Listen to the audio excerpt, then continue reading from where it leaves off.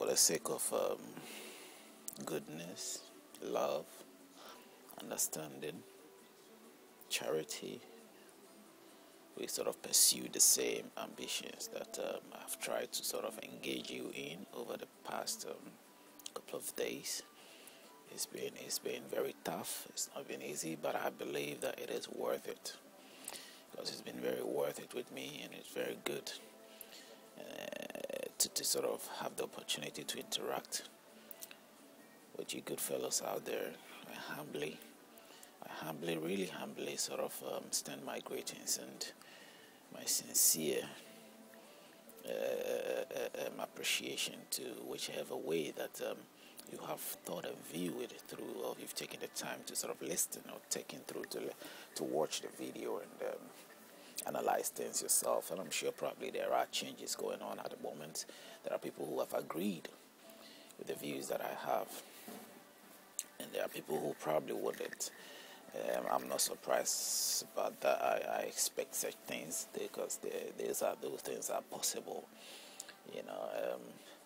I know where I'm coming from, and I know the difficulties that I had to go through to get to this point of becoming very easy within me to sort of accept what I'm accepting now, or having the strength to be able to differentiate what is foolishness and what is logic and sensible. It's not easy to sort of acknowledge things, especially when you've got this words that put you into a state of fear. The fear sort of override your judgments, and you begin to think that the very person that you have given the high respect definitely is some sort of putting you into that state so you won't do the mistake. But if you come to realize that it is not coming from who you believe in, if let's say your faith is in Allah or Jehovah, and you realize that Jehovah is actually having got any grievance or any anger towards you, for him to usher out words that would sort of put you or endanger you or put you in a state of fear, then you sort of have the relaxed mood to expressingly speak as you so wish, in a sense of discovering the truth, not in the wishes of trying to be disrespectful. No, that is nothing. There's nothing to do with that.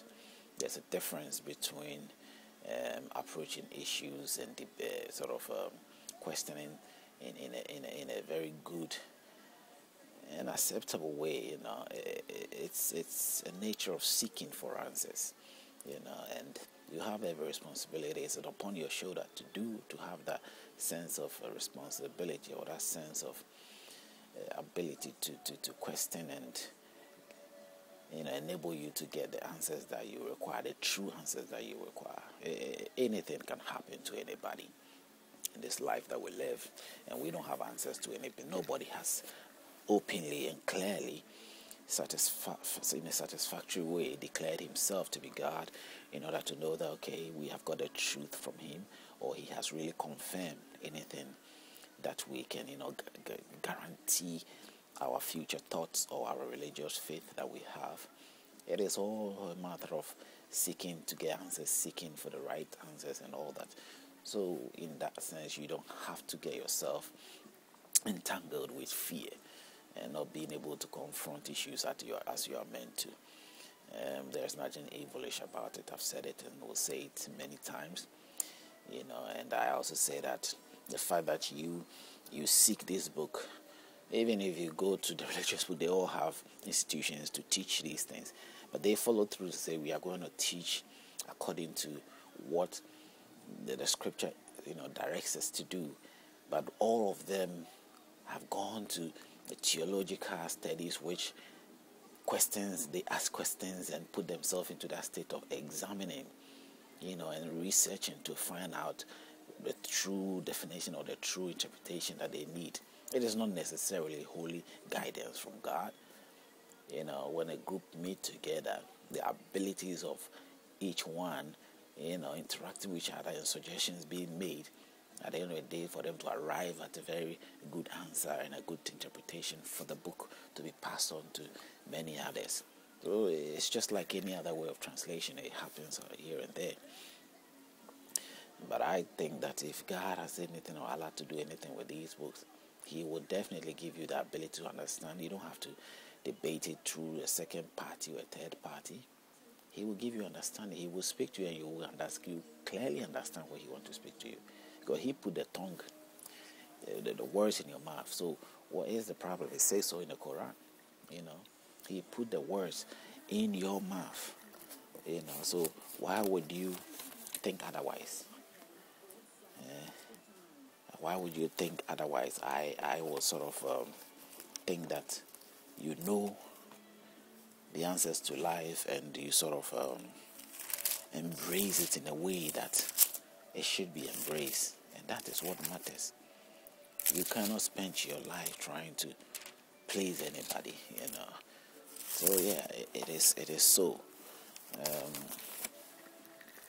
We will look into the Bible and continue from where we left off, which is what do you call that? This is the Holy Bible. It's actually a red letter Bible, where the red letter Bible meaning a Bible with words of written in red letter to signify the words of Jesus Christ.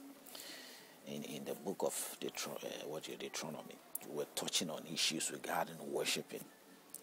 Okay, which says a place to worship, a place where God is truly seen. And I was explaining about believing the idea that making God stagnant to live in a room or to be in a temple is ridiculous. You can't even think of that. You can't imagine God being in a home or a house. It's like you thinking an elephant living in an ant nest. You understand? You're sort of thinking that an elephant is living in an ant nest, which an ant hill, an ant whatever, which is not necessarily something that can be imagined or can be sort of compared. But that's the issue which is being presented here as the topic, and somehow in let's say verse 15 it says, however, you may slaughter and eat meat within all your gates. Whatever you eat desires according to whatever your heart desires, according to the blessing of the Lord your God, which He has given you. The unclean and the clean may eat of it. Of the gizzard and the deer alike. In such a situation, there was this liberation or this right that has been given to the Jews, that if they don't have to go far to sort of if they have to go that distance in order to establish their communication, their relationship with their God, then He gives them the privilege, the chance to stay within their confines, just giving them a better option, to be in their confine.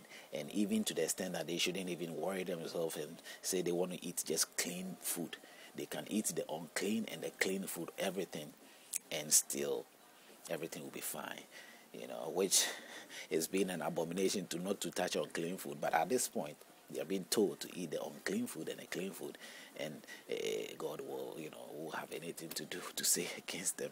So in 15 it says so. In 20 it says, when the Lord your God enlarges your border as He has promised you, and you say, let me eat meat, because you long to eat meat, you may eat as much meat as your heart desires. 21, if the place where the Lord your God chooses to put his name is too far from you, where He put His name, a pet temple or whichever place, that anointed place is too far from you, then you may slaughter from your head and from your flocks which the Lord has given you, just as I have commanded you, and you may eat within your gates as much as your heart desires. 22, just as the gizzard and the deer,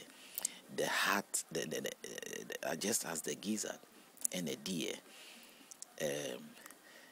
and just as the gizzard and the deer eat, so you may eat them, and unclean you may eat them, the unclean